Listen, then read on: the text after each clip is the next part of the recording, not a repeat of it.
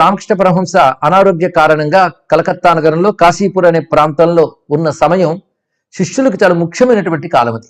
ఆ సమయంలోనే గురువుగారి ద్వారా అనేక మంది వివిధమైన దీక్షలు తీసుకున్నారు. కొందరికి స్పర్శ మాత్రం చే దీక్షనిచ్చారు, కొందరికి మంత్రోపదేశం చేశారు, మరికొంతమందికి దృష్టితో ఆయన దీక్షను అనుగ్రహించారు. ఒక్కొక్కరిని ఒక్కొక్క విధంగా ఆయన దీక్షలు ఇచ్చారు. అంతేకాదు వారందరూ కూడా దీక్ష పొందిన వారు గృహస్థులు ఉన్నారు, సన్యాసులు ఉన్నారు. అంతకు మునిపే దక్షిణేశ్వరంలో దీక్షలు పొందిన వాళ్ళు కూడా ఉన్నారు. కానీ ఇక్కడి ప్రత్యేకించి అంతవరకు నరేంద్రుడితో మాటలు, స్పర్శ ఇత్యాదులు జరిగాయి. కానీ ఇక్కడ నరేంద్రుడికి ఆయన ఇచ్చినటువంటి అనుగ్రహం చాలా విశేషం. నిన్ననే మనం చెప్పుకున్నాం. తన అవతార పరిసమాప్తికి ముందే ఆయన తన శక్తుల్ని నరేంద్రులకు ప్రవేశింపజేశారు. అంటే ఒక మహాకార్యం కోసం అవతరించినటువంటి నరేంద్రునికి ఆ కార్య సాఫల్యం కోసం తన శక్తులను ధారపోశారు. ఇది తర్వాత నరేంద్రుని జీవితంలో మనకి ఆ శక్తుల యొక్క సహాయం ఎలా లభించిందో తెలుస్తూ ఉంటుంది. విశేషించిన శక్తులు ధారపోయక ముందే కొన్ని రకాల ప్రత్యేక అనుభవాలు ఆయనకి కలిగాయని చెప్పుకున్నాం.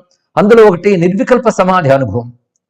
ఆ నిర్వికల్ప సమాధి అనుభవానికి పూర్వమే ఒకరోజు ఆయన సాధన చేసుకుందామని గురువుగారు కాశీపూర్లో ఉన్న సమయంలోనే ఒక మిత్రుడితో కలిసి ఆయన మళ్ళీ దక్షిణేశ్వరం వెళ్ళాడు నరేంద్రుడు. ఆ మిత్రుడితో కలిసి అక్కడ రాత్రి వెళ్ళి ధ్యానానికి కూర్చున్నారు. ఆ ధ్యానంలో నరేంద్రుడితో పాటు వెళ్ళిన ఆయన పేరు గిరీష్. కానీ ఆయన కొంతసేపు ధ్యానం చేసి మరి చేయలేక వచ్చేసాడు ఆయన, ఎందుకంటే దోమలు విపరీతంగా ఉన్నాయి. కానీ నరేంద్రుడిని చూసేటప్పటికల్లా నరేంద్రుడి చుట్టూ దుప్పటి పరిచినట్లుగా దోమలు వ్యాపించిపోయాయి. అయినా నిశ్చలంగా ఉన్నాడు. ఆయన ఎంతసేపు పిలిచినా పలకలేదు నరేంద్రుడు. ఆయన కుదిపితే ఒక కర్ర దుంగ పడ్డట్టు పడిపోయాడండి. అయినా ఆయనకు తెలియలేదు. చాలాసేపటి తర్వాత తిరిగి బాహ్యస్మృతికి వచ్చాడంటే ధ్యానంలో నిలుకడ పొంది సమాధి స్థితి పొందడం అనేటువంటి ఒక స్థిరత్వానికి లభించింది. ధ్యానం సామాన్యమైన అంశం కాదు. ధ్యానంలో మనస్సు పూర్తిగా బాహ్యస్మృతిని విడిచిపెట్టి లక్ష్యమైనటువంటి దానిని నిలబడాలంటే ఏకాగ్రత యొక్క పూర్ణ దశయే ధ్యానం. ఇది తెలుసుకోవాలి. ఏకాగ్రత ప్రారంభ దశలో పొందడం కూడా చాలా మందికి కష్టం. క్షణకాలం ఏకాగ్రత చాలు దివ్యానుభూతిని ఇస్తుందండి. ఇది బాగా తెలుసుకోవాలి. ఏకాగ్రతగా శక్తి ఉన్నది. దేన్ని ఉద్దేశించి మనం జపం చేస్తున్నామో లేదా ధ్యానం చేస్తున్నామో దాని యందు క్షణకాలపు ఏకాగ్రత కూడా గొప్ప అనుభూతినిస్తుంది, గాఢమైన అనుభూతినిస్తుంది. క్షణకాలపు ఏకాగ్రత క్షణకాలపు అనుభూతినిచ్చినా దాని గాఢత ఉంటుంది. అది జీవ సంస్కారాన్ని మార్చుతుంది. అలాంటిది మహానుభావుడు అటువంటి ఏకాగ్రతతో బ్రహ్మతత్వంతో అంత తాదాత్మ్యం చెందాడు. అంటే అందుకే జన్మతః ధ్యాన సిద్ధుడు అని చూసిన వెంటనే పరమహంస గారు అన్నమాట ఈ సమయంలో మనం గుర్తు తెచ్చుకోవాలి. అంతేకాదు ఒకప్పుడు ధ్యానం చేస్తున్నప్పుడు తనకు కలిగిన అనుభూతిని కాశీపూర్లో ఉన్నటువంటి గురువు గారితో తెలియజేశాడు.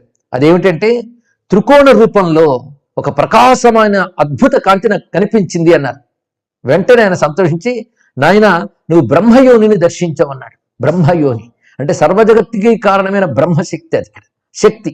శక్తి ఎప్పుడు త్రికోణ రూపిణి శక్తి అని మనకి నిర్వచనం కనపడుతోంది. శాక్తేయంలో త్రికోణ రూపిణిగా ఉంటుంది శక్తి. ఆ త్రికోణ ధ్యానం ఇది యోగశాస్త్ర పరంగా సహస్రారంలో ఉంటుంది. కొంతమంది ఆయన భూమధ్యంలో కూడా ధ్యానం చేస్తారు. ఆ త్రికోణమే ఏకమైన బ్రహ్మము తనదైనటువంటి సంకల్ప శక్తితో ఇచ్ఛా జ్ఞాన క్రియ అనే 3 బిందువులుగా విస్తరించడమే త్రికోణం.